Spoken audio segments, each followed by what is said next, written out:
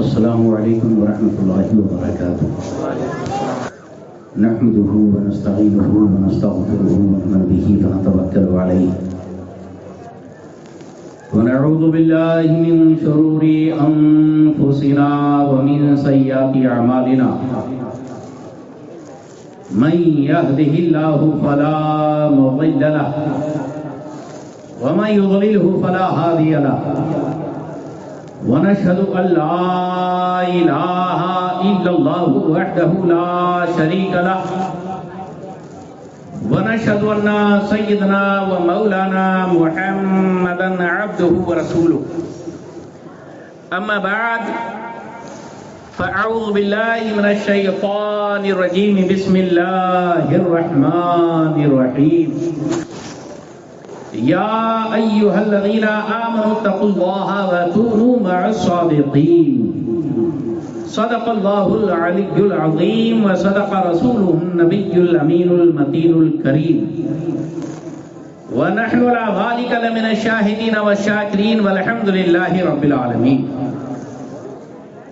ان اللہ وملائکتہ یصلون علی النبی یا ایہا الذین آمنوا صلوا علیہ وسلموا تسلیما اللہم صلی علی سیدنا و مولانا محمد وعلی آل سیدنا و مولانا محمد وبارک وسلم صلاۃ و سلام علیک یا رسول اللہ وعلی آلک و اصحابک یا نبی اللہ صلی اللہ تعالی علیہ وسلم غوث اعظم بمنے بے سرو ساما مدد قبلہ دین مدد کعبہ ایما مدد بگردہ بے بلا افتادہ کشتی ضعیفان و شکستہ راتو پشتی بحق خواجہ عثمان ہارون مدد کن یا معین الدین چشتی مدد کن یا معین الدین چشتی مدد کن یا معین الدین چشتی سرورا شاہا کریمہ دستگیرہ اشرفا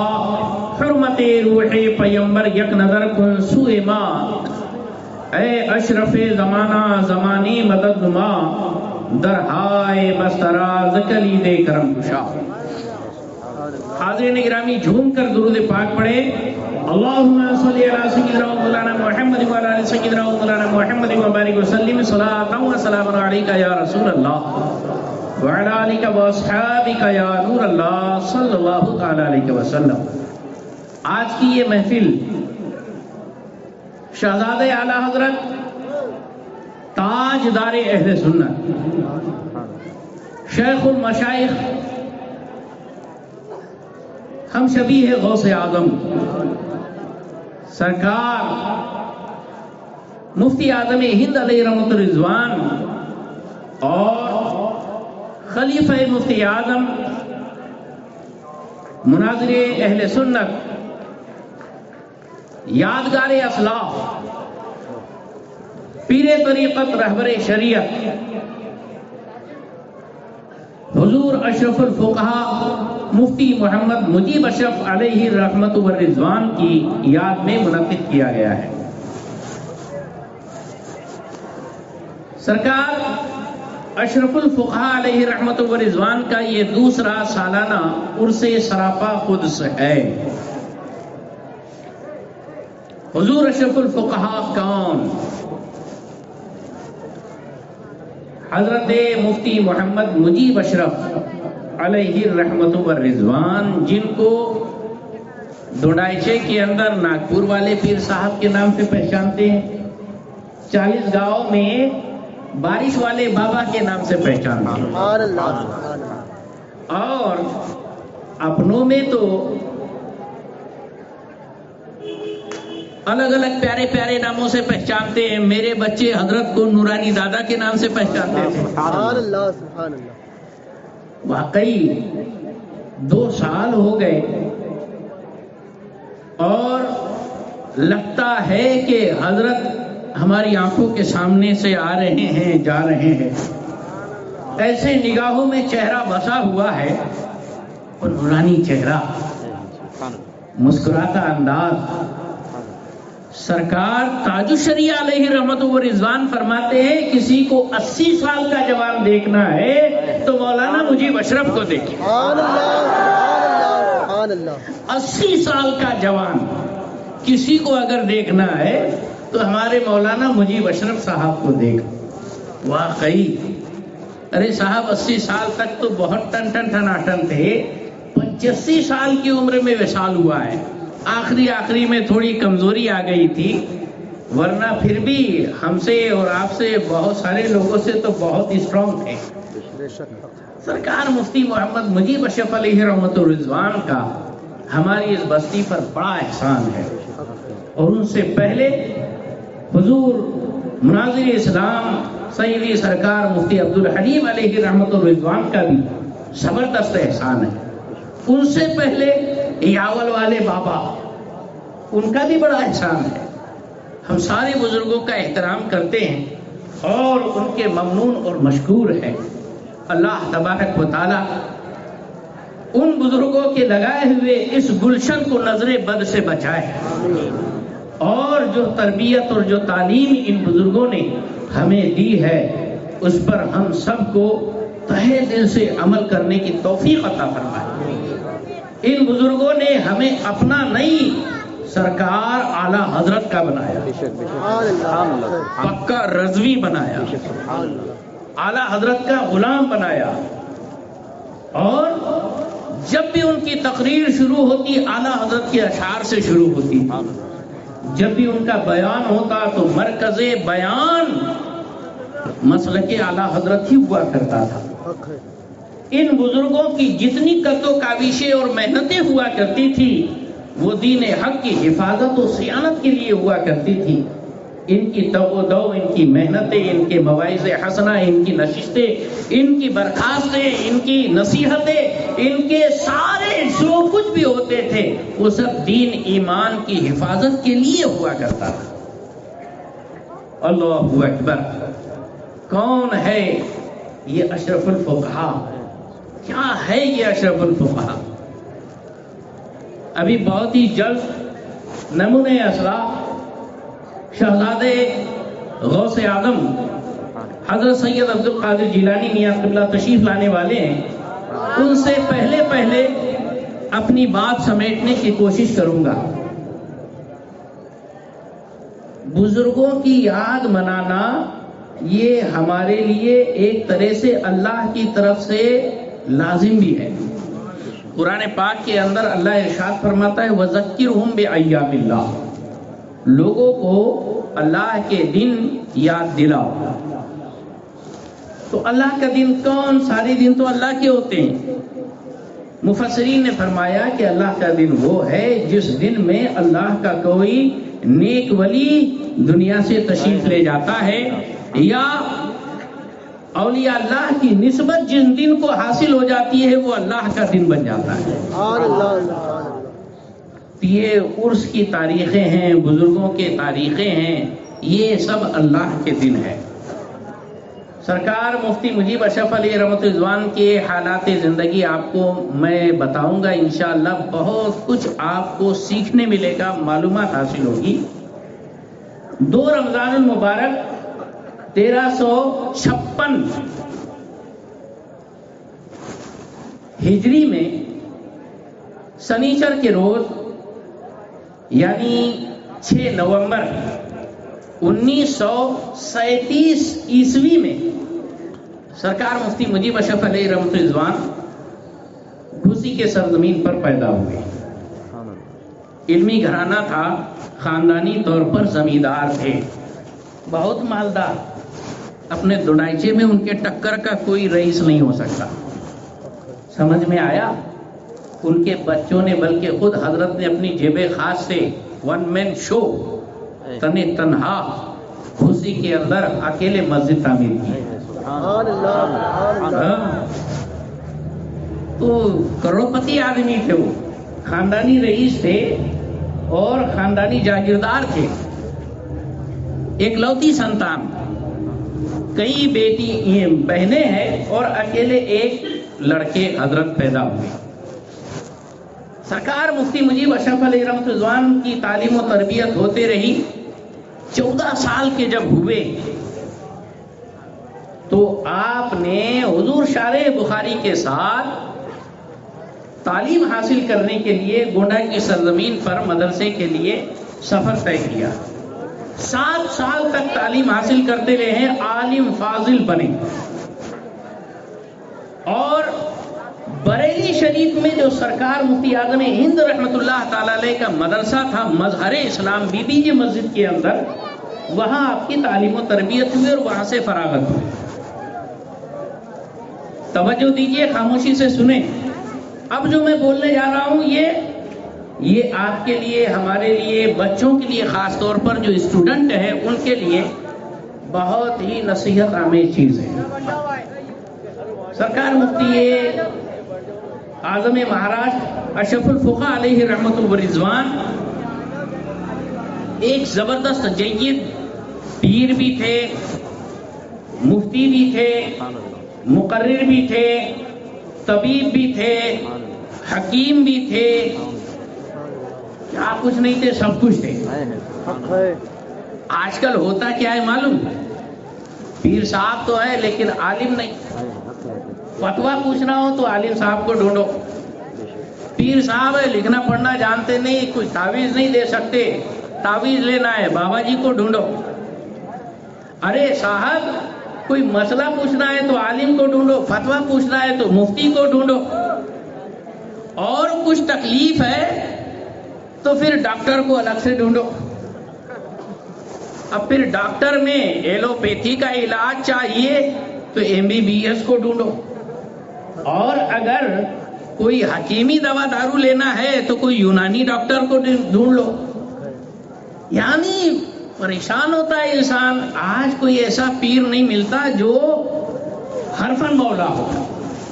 لیکن ہمارے حضرت کی شان یہ تھی کہ صاحب اگر کوئی آئے دم درود کے لیے تو ایک تعویذ دیتے تھے چھوٹا سا، وہ بڑے سے بڑا کام نکال دیتا تھا. ہاں ارے صاحب گھر کے اندر باندھے پڑے ہیں تو ایک تعویذ کی وہ برکت ہے کہ اللہ تعالیٰ رزق کے بالکل انبار لگا دیتا تھا. میں یہ کہہ رہا تھا کہ حضور کو، یعنی سرکار اشرف الفقہا کو اللہ تعالیٰ نے ایسا نوازا تھا، ایسا پیر بنایا تھا، ایسا مرشد بنایا تھا، ایسے اوصاف سے سرفراز فرمایا تھا کہ صاحب کوئی اگر مرید بننے آئے تو مرید بن جاؤ، مسئلہ پوچھنے آؤ تو ایسے بہترین عالم کے عالم گر تھے، شاندار مسئلہ بتاتے تھے. فتویٰ لینے آؤ تو بہترین مفتی جن کی تربیت مفتی اعظم ہند نے فرمائی، شارح بخاری نے جن کی تربیت فرمائی، ایسا فتویٰ دیا کرتے. اور صاحب یہ تو صرف دینی معاملات ہے. اگر کبھی کوئی شخص دوا علاج کے حساب سے دعا نہیں دوا مانگے تو ایلوپیتھی چاہو تو ایلوپیتھی، ہومیوپیتھی مانگو تو ہومیوپیتھی دوا لکھ کر دیتے تھے. یونانی چاہو یونانی، آیورویدک چاہو آیورویدک. ساری پیتھیوں کے اندر حضرت ماہر تھے، کامل تھے، پیر بھی تھے، دین بھی وہیں سے حاصل ہوتا تھا، دنیا بھی وہیں سے حاصل ہوتی. ایسا جامع کامل پیر کہ جب تک رہے کسی اور کی طرف دیکھنے کی نوبت ہی نہیں آتی تھی. اللہ اکبر. لیکن حضرت کیا چلے گئے؟ اللہ اکبر. ڈاکٹروں کو ڈھونڈنا پڑ رہا ہے، حکیموں کو ڈھونڈنا پڑ رہا ہے، اور مفتیوں کو تلاش کرنا پڑ رہا ہے، عالموں کو ڈھونڈنا پڑ رہا ہے. اللہ اکبر. سارا مسئلہ بکھر کر رہ گیا، ورنہ ایک مرکز عقیدت تھا، ایک سینٹر پوائنٹ تھا، مسلک اعلیٰ حضرت کا وہ مینار تھا جس کی چھتر چھایا کے اندر پوری سنیت انتہائی عیش و آرام کے ساتھ زندگی گزار رہی. ہاں لیکن یہ ایسے ہما خوبیوں کا مالک اور جامع کیسے بن گیا کوئی ایک انسان؟ اس کے پیچھے کا راز کیا ہے؟ ان کی تعلیم کیسے ہوئی تھی؟ تو مین اسلام تعلیم کی طرف توجہ دلاتا ہے. اب آپ دیکھیں سرکار اشرف الفقہا کا دور طالب علمی کیسے گزرا. میں بتا چکا ہوں کہ خاندانی رئیس تھے، زمیندار تھے. حضور اشرف الفقہا کے چچا حضرت مفتی عزیز الحسن علیہ الرحمت والرضوان مالیگاؤں میں صدر المرسلین اور مفتی بن کر تشریف لائے تھے. اس دوران میں وہاں پر پڑھایا کرتا تھا. تو جب بھی کچھ غصے کی بات ہوتی تو جلال میں کہتے ہیں زمیندار کا بچہ ہو. بہت غصے میں آتے تھے حضرت مفتی عزیز الحسن صاحب، دبلے پتلے، علم کا ایک دم دریا کے. اب تو اشرف الفقہا کے چچا تو کوئی ایسے ویسے تو ہوگے نہیں. ان کی شان جلالی یہ تھی، خود حضور اشرف الفقہا کی شان یہ تھی کہ دور طالب علمی میں ان کو جیب خرچ والد صاحب کی طرف سے اتنا ملتا تھا جتنا مظہر اسلام کے اندر مدرس کی تنخواہ ہوا کرتی. کہتے ہیں صبح سویرے ناشتہ جلیبی اور یہ بالائی کے ساتھ جلیبی ملا کر میں ناشتہ کیا کرتا تھا. اتنی شان شوکت کے ساتھ آپ کی تعلیم ہوگی. لیکن پڑھنے کے لیے کہاں پڑھے ہیں معلوم ہے؟ سرکار مفتی اعظم کا ادارہ ہے مظہر اسلام بی بی جی مسجد کے اندر. ایک مرتبہ وہاں تشریف لے گئے. درخت ہے آج بھی. اس درخت کے پاس جا کر کھڑے ہو کے کہتے ہیں مولانا یہی وہ پیڑ ہے جس کے نیچے شارح بخاری حضور علامہ مفتی شریف الحق امجدی رحمت اللہ تعالی علیہ بیٹھ کر پڑھایا کرتے تھے اور ہم ان کی بارگاہ میں بیٹھ کر تعلیم حاصل کیا کرتے. یعنی باقاعدہ کوئی عمارت نہیں تھی دارالعلوم کی جس کے اندر باقاعدہ بچے گئے، جس کے اندر پنکھا چل رہا ہو، نیچے قالین بچھی ہو، سامنے ٹیبل لگا ہو. ایسا کوئی سسٹم نہیں. درخت ہے، جھاڑ کے نیچے حضور شارح بخاری مفتی شریف الحق امجدی بیٹھتے، وہ پڑھاتے اور کہتے سامنے کھلا ہوا فرش، کچا فرش جو دھوپ میں بہت زیادہ سخت گرم اور سردی میں انتہائی سخت سرد ہوا کرتا تھا. اس پر چٹائی تک نہیں، کپڑا تک نہیں، اسی پر بیٹھ کر ہم کو پڑھنا ہوتا تھا. اب چاہے وہ ٹھنڈی کی وجہ سے نیچے ٹھنڈک کے مارے حال خراب ہو جاتا تھا لیکن جرت ہے کہ کچھ بچھا کر بیٹھ جائے. گرمی میں حال خراب ہو جاتا تھا، بالکل تپ کر چٹکے اور اس کی تپش محسوس ہوتی تھی لیکن اس کے باوجود کچھ بچھانے کی اجازت نہیں، اسی پر ہم کو بیٹھ کر پڑھنا پڑتا تھا. حضرت فرماتے ہیں چونکہ تھوڑی نفاست ہے ہمارے اندر، حضرت کے اندر نفاست، صاف ستھرا پن، کچھ بھی ایسا گندا سندا بالکل پسند نہیں ہوتا تھا. تو کہا کہ وہ فرش کے اوپر جو دھول دھکڑ وغیرہ رہتی تھی تو کبھی اپنی دستی رومال سے اگر جھٹکنے لگوں تو حضور شارح بخاری جلال میں آ جاتے تھے. شارح بخاری اپنے حضور اشرف الفقہا کے استاد کہتے کہ حضور شارح بخاری دونوں کان پکڑ کے میرا محبت سے مروڑتے اور کہتے شہزادگی کرنے آئے ہو، ٹھاٹ بگارنے آئے ہو، اسی پر بیٹھ کر پڑھو، جھاڑ نہیں سکتے.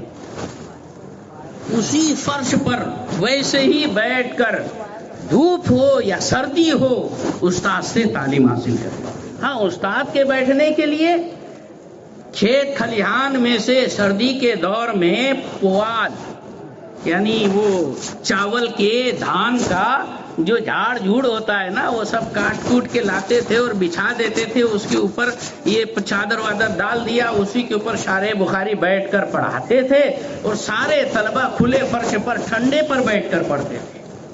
کوئی پڑھے گا آج کل ایسا تصور؟ ہے آج تو طالب علم کا دماغ آسمان پر ہے. ارے صاحب اتنی محنت سے جب کوئی پڑھتا ہے نا تب کچھ بنتا ہے.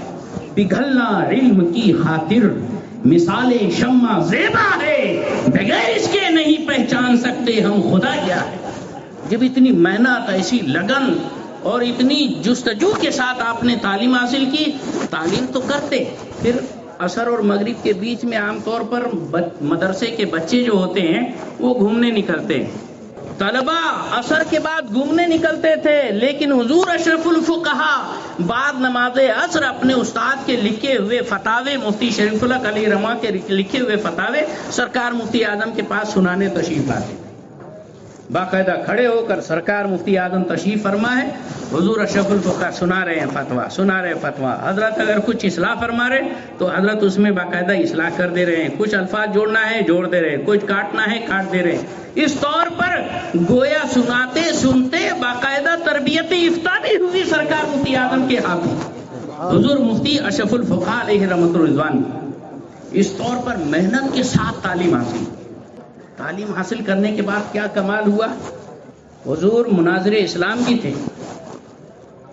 ناگپور کے اندر ایک مرتبہ دیوبندیوں کا بہت بڑا عالم ارشاد دیوبندی نام کا آیا، اس کی گھیر کی آئی تھی، اپنے حساب سے اپنی بولی میں کھجا کے آئی تھی، چیلنج کر دیا سنیوں کو، آؤ اگر دم ہے، ماں کا دودھ پیا ہے تو میرے سے مناظرہ کر لو، میرے سے بحث کر لو، میرے سے مقابلہ کر لو۔ اللہ اکبر! ارے صاحب سنے بیابان کے اندر آواز لگاتا تو شاید کوئی جواب نہ آتا، یہاں تو ایک سے بڑھ کر ایک اللہ نے اپنے شیروں کو پیدا کیا تھا۔ سلطان ناگپور، تاجدار ناگپور حضرت تاج الدین بابا سرکار کے تاج کے تخت کے سائے تلے اشرف الفقہا ہے، حضور مفتی عبدالرشید ہے، اور ایک سے بڑھ کر ایک جید علماء کیا ایک قافلہ موجود ہے۔